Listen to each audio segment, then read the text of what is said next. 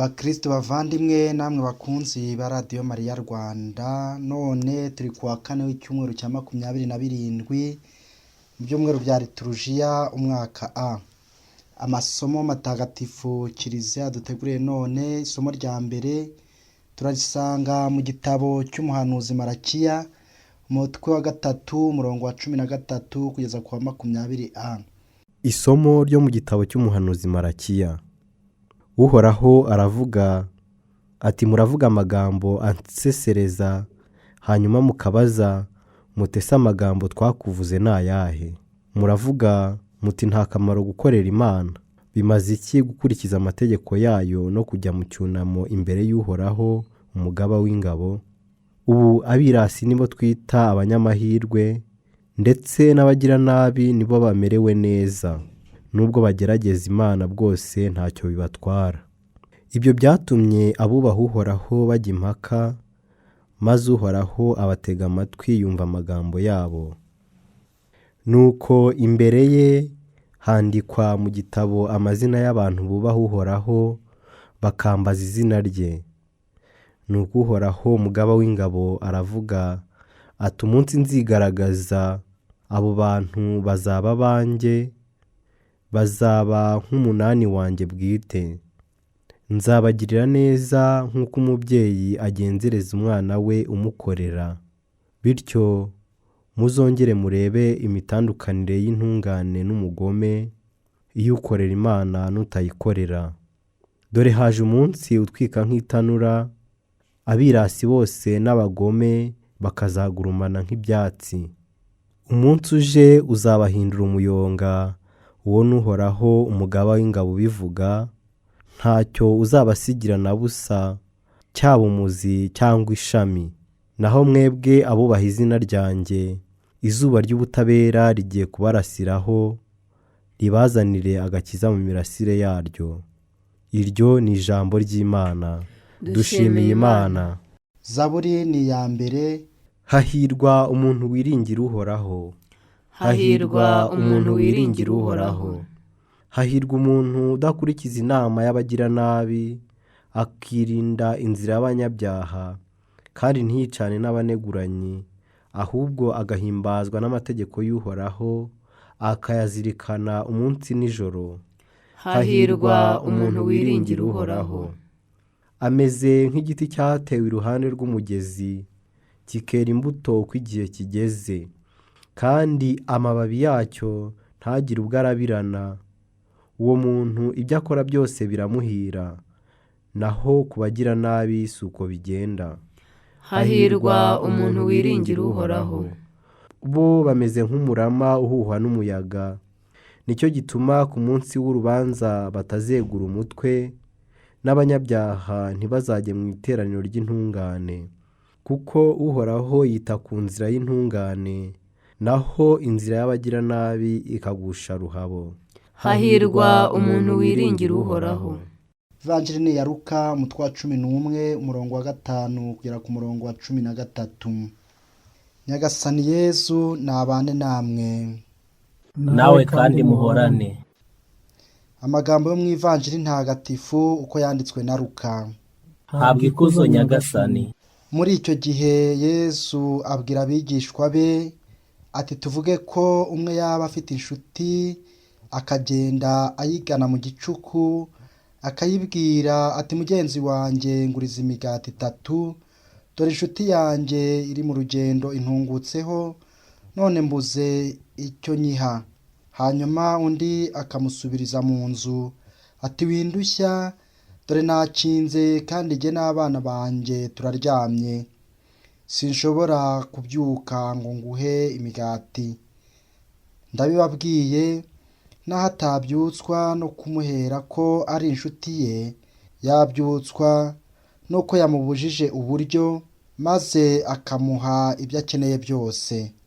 Nanjye ndabibabwiye, ntimusabe muzahabwa, mushakashake muzaronka, mukomange muzakingurirwa, kuko usaba wese ahabwa, ushakashaka akaronka, n'ukomanga agakingurirwa. mbese ninde mubyeyi muri mwe umwana we yasaba umugati akamuhereza ibuye, cyangwa se yamusaba ifi aho kuyimuha akamuhereza inzoka, cyangwa se yamusaba igi akamuhereza amanyenga? Niba rero mwebwe n'ububi bwanyu muzi guha abana banyu ibintu byiza, so uri mu ijuru azarushaho ate guha Roho Mutagatifu abamumusabye? Iyo ni ivanjiri ntagatifu. uragasingizwa Kristo. Bavandimwe, ejo twumvaga Yesu ari kutwigisha gusenga, aho yatubwiye kandi akadusobanurira isengesho rya Dawe uri mu ijuru. Twafashe akanya tuzirikana ku ngingo zigize iryo sengesho, twibaza niba tuzitunganya uko bikwiye. Hanyuma dusaba Roho Mutagatifu ngo ajye aduha ingabire yo kuzitunganya. Uyu munsi rero turumva noneho Yesu adusaba gusenga ubutarambirwa. Yagize ati, nimushakashake muzaronka, musabe muzahabwa, kandi mukomange muzakingurirwa. Bavandimwe, Nyagasani yahisemo kuduha iki gitekerezo atubwira inkuru y'umuntu wari ubonye umushyitsi mu gicuku akabura icyo amuzimanira, ariko kandi akibuka ko inshuti ye ishobora kubimufashamo.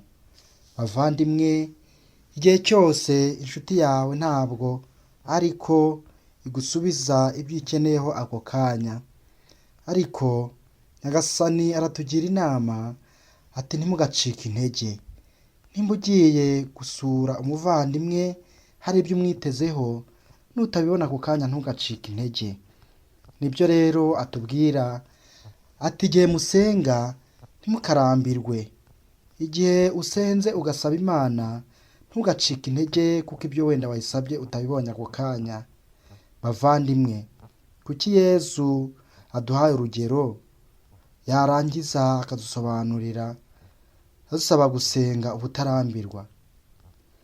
Ubuzima busanzwe umuntu araruhije, turangwa no kwivumbura no gucika intege no kwitotomba, tubigirira abandi ndetse yewe tubigirira n'Imana. Hari ubwo umuntu ahura n'ikibazo agasenga ati Mana ntabara, Mana mfasha ndagowe, yewe rimwe na rimwe agahiga n'imihigo ati nimbona ikibazo nkivuyemo bigenze neza, Mana nzagushimira, nzatanga ituro iri n'iri, nzafasha abakene aba n'aba, ariko akirengagiza ko kubwira Imana atari ukuyitegeka, cyangwa se ngo amere nk'ukanze telekomande cyangwa se afunguye amazi kuri robine. Bavandimwe, twizere kandi twemere ko Imana itwumva. Nubwo wayisaba ako kanya ntuhite usubizwa, Yezu yatubwiye ngo ntugacike intege. Tegereza, wirambirwa, hata, tota, hata inzira ibirenge. Muvandimwe, Imana irakumva kandi irakuzi, kandi Imana irakubona. Wicika intege, wenda ibyo uyisabye ntubibone uyu munsi uzabibona ejo. Wirambirwa muvandimwe, uyu munsi Yezu arakubwira ngo komera, tuza, kuko Imana irakureba kandi irakuzi. Ibyo utabonye none uzabibona ejo. Muvandimwe, mwumvishe mu isomo rya mbere umuhanuzi Marakiya abwira abantu abari intungane bitotomberaga Imana bati nyamara twebwe ntitwitayeho, ahubwo abagome n'abagiranabi nibo bahirwa mu buzima. Abagome ibyo bakoze birabahira. Intungane rero zari zifite icyo kibazo, ariko Imana ibinyujije ku muhanuzi Marakiya yabasobanuriye ikomeje iti mwebwe ab'intungane murampimbaza, ndetse n'amazina yanyu yanditswe mu gitabo cy'ubugingo. Abamererwa neza n'ab'Imana yandika mu gitabo cyayo.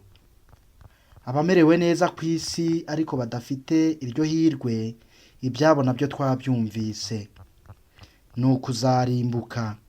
Amaherezo yabo azarangira bagurumana nk'itanura.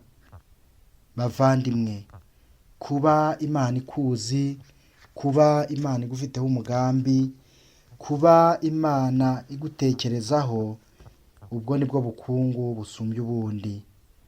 Umunsi w'urubanza Imana izaguhamagara, uzasubizwa nta kabuza. Icyo gihe rero uzishima kandi unezerwe. Dusabe.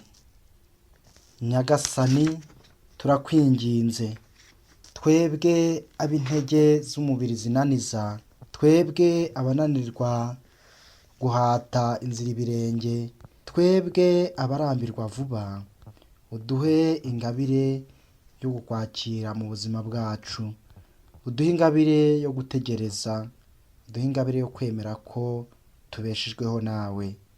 Umubyeyi Bikira Mariya, udutoze gukunda isengesho, tumenye gusenga ubutarambirwa. Amina. Mwari kumwe na Diyakoni Bertin Sebanani, umudiyakoni wa Diyoseze ya Gikongoro.